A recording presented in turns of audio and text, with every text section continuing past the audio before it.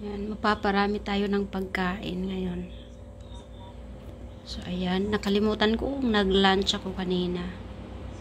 Wala atang lunch. So, ito naman yung aking sausawan. Grabe, ang sarap niyan.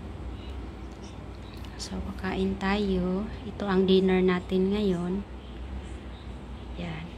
Tayo. Ako pala. Ako palang kakain. So, ayan. Yan.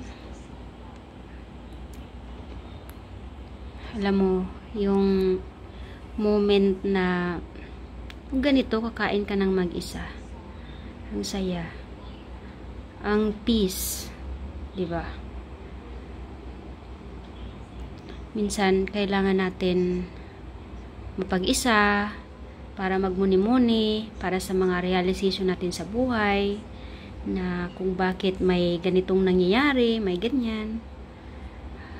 So, ako, pag stress ako, food, pagkain at kape, ang pinaka-comfort ko. Maasim, like mangga, lemon, at mga masarap na pagkain.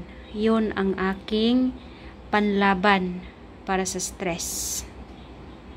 Ayan.